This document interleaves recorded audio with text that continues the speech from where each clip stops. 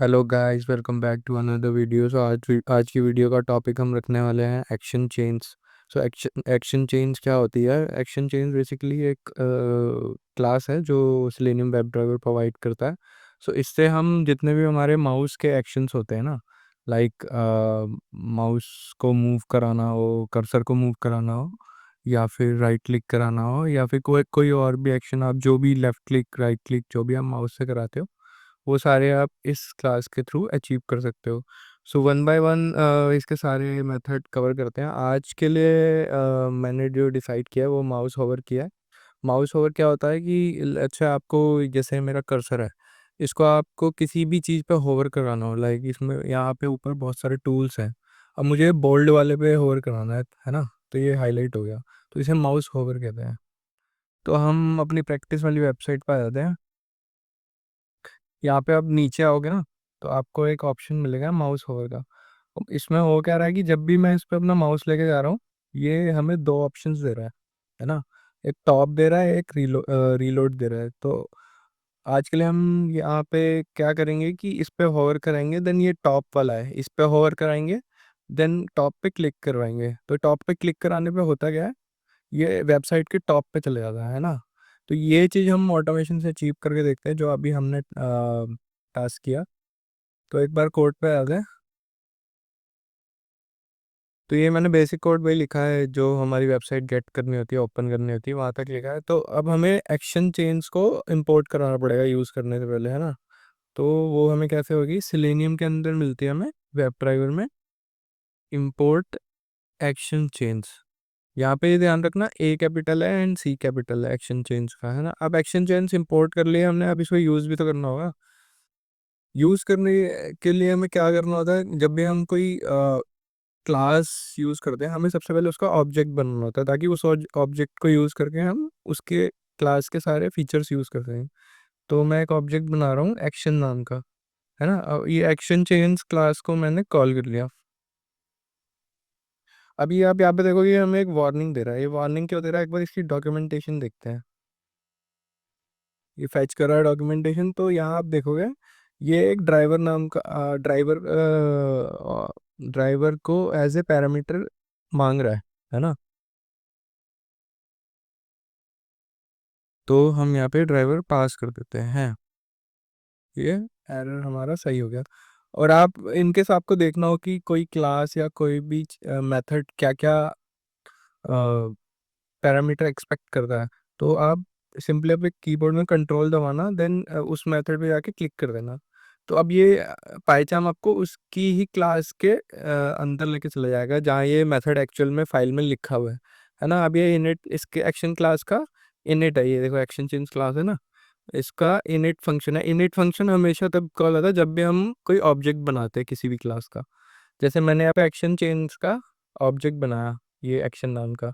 तो इनिट इसका अपने आप ही कॉल हो जाता है किसी भी क्लास में। जब आप इनिट नाम का फंक्शन बनाते हो, अगर आपको पाइथन के बेसिक प्रिंसिपल्स या बेसिक सारी कंसेप्ट पता है, तो आपको पता होगा कि इनिट हमेशा कॉल होता है जब भी ऑब्जेक्ट बनता है। तो ये देखो यहाँ पे ड्राइवर नाम का एक पैरामीटर एक्सपेक्ट कर रहा है, जिसका टाइप है वेब ड्राइवर, है ना।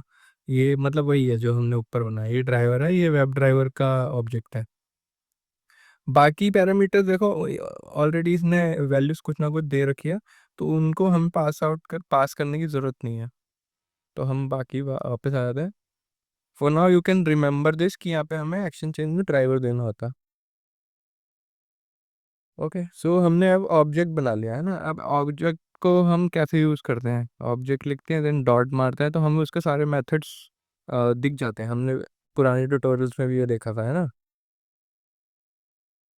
तो यहाँ पे देखो हमें एक मिल रहा है, बहुत सारे मेथड मिल रहे हैं। सेंड की भी कर सकते हो आप, है ना। मतलब कीबोर्ड और माउस के जितने भी एक्शंस होते हैं, आप सारे एक्शन क्लास से कर सकते हो। देखो डबल क्लिक है, ड्रैग एंड ड्रॉप है, जैसे आप माउस से कुछ कोई फाइल ड्रैग एंड ड्रॉप करते हो ना, वही वही सारी चीज़ें आप कर सकते हो। ठीक है, एक एक करके देखते जाते हैं। अब अभी इस वाले ट्यूटोरियल के लिए मूव टू एलिमेंट पे हम करते हैं, सेलेक्ट करते हैं इसको। मूव टू एलिमेंट आ गया।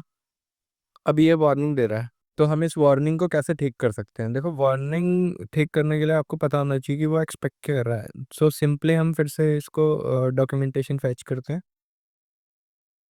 देखो, मूव टू एलिमेंट को एक वेब एलिमेंट टाइप का पैरामीटर चाहिए, है ना? वेब एलिमेंट क्या होता है, जो हमने पिछले लेक्चर्स में फाइंड एलिमेंट करके करा था ना, तो जो वो फाइंड एलिमेंट होता है वो एक वेब एलिमेंट होता है। वेब एलिमेंट मीन्स कोई भी element on your web page, है ना? तो यहाँ पे भी हमें वही सेम फाइंड एलिमेंट वाला पूरा कंसेप्ट यूज़ करना पड़ेगा। तो वो हम कैसे करते थे, ड्राइवर डॉट फाइंड एलिमेंट, मतलब जिस पे हमें जाना है मूव करके, उस एलिमेंट का हमें पूरा एक्सपाथ देना पड़ेगा उसमें। तो हम वो कैसे करते थे, बाय डॉट एक्सपाथ, और फिर उस एक्सपाथ की वैल्यू वो हम वेबसाइट से चेक करेंगे कि क्या है इस एक्सपाथ की माउस ओवर वाले वैल्यू। देखो, इसकी आईडी है एक माउस ओवर, और ये बटन टैग का वेब एलिमेंट है। तो यहाँ हम एक्सपाथ बना लेंगे, बटन, और आईडी यूज़ कर रहे हैं हम, उसकी वैल्यू डाल दी। अच्छा, मैंने दोनों जगह सिंगल कोट यूज़ कर लिया, इसलिए एरर दे रहा है। मतलब एरर किस लिए दे रहा था, जैसे ये बाहर सिंगल कोट था तो आप अंदर सिंगल कोट दोनों सेम नहीं यूज़ कर सकते। या तो बाहर डबल होना चाहिए देन अंदर सिंगल करो, अगर बाहर सिंगल है तो या अंदर वाले कोट्स जो हैं वो डबल होने चाहिए। ये आपको याद रखना पड़ेगा। अदरवाइज पाइचाम यूज़ कर रहे हो तो आपको वार्निंग तो दे ही देगा। ठीक है, अब ये हमने एक एक्शन बना लिया कि एक्शन ऑब्जेक्ट को यूज़ किया, then move to this element जो ये हमने एक्सपाथ दिया है। अब वो मूव करना, कोई भी आप एक्शन बनाते हो ना तो आपको एक परफॉर्म क्लास को कॉल करना होता है एंड में। ये हमेशा आपको यूज़ करना पड़ेगा जब भी आप एक्शन क्लास का कोई भी ऑब्जेक्ट यूज़ करोगे, है ना? तो ये परफॉर्म कर देगा एक्शन को। यहाँ आपने एक्शन बनाया, देन यहाँ आपने उसको कहा कि परफॉर्म कर दे, राइट? देखो, अब यहाँ पे आ गया हमारा माउस कर्सर। अब ये ओपन हो जाएगा, जो ये टूल टिप्स आ रहा है टॉप और रीलोड वाला। अब हमारा ऑब्जेक्टिव है कि इस पे जाना है मेरे को, टॉप पे, और एक्शन का यूज़ करके जाना है। तो एक थोड़ा सा पहले मैं 1 सेकंड का ना स्लीप लगा देता हूँ, ताकि वो खुले पॉपअप फेल ना हो जाए ना, मतलब अगर वो खुलने में टाइम लग गया तो वो जाएगा ही नहीं। सेम एक्शन हमें यहाँ करना है, माउस को मूव करवाना है उस टॉप वाले एलिमेंट पे। अब वो टॉप वाले एलिमेंट का एक्सपाथ लिखना पड़ेगा हमें यहाँ पे। तो वहाँ कोई हमारे पास अच्छा एट्रीब्यूट नहीं है, तो ये एचरेफ है, तो ये एचरेफ यूज़ करके मैं एक्सपाथ बनाऊंगा यहाँ पे। फिर से मैं डबल कोट्स अंदर, इसके अंदर ए, देखो ए टैग है हमारा, एंकर टैग है। देन एट्रीब्यूट क्या है हमारा, एचरेफ, और उसकी वैल्यू है हैश टॉप। जो भी एचरेफ की वैल्यू मैंने यहाँ लिख दी, हैश टॉप। ठीक है, अब मैं टॉप पे आ गया। टॉप पे आके हमें क्लिक करना है ना, डॉट क्लिक। अब ये पूरा एक्शन बन गया हमारा एक, और परफॉर्म करने के लिए परफॉर्म को कॉल करना पड़ेगा। ठीक है, और जब मैं इस पर क्लिक करूंगा तो ये वेबसाइट के टॉप पे चले जाएगा, आ जाएगा। यहाँ मैं थोड़ा सा टाइम डॉट स्लीप लगा रहा हूँ ताकि हम देख सकें एक्चुअल में हो क्या रहा है। तो मैं स्क्रिप्ट को रन करता हूँ। देखो, खुला, नीचे गया, ऊपर आ गया, राइट? आई होप आपने देख लिया होगा, नहीं तो मैं एक बार फिर से रन कर देता हूँ।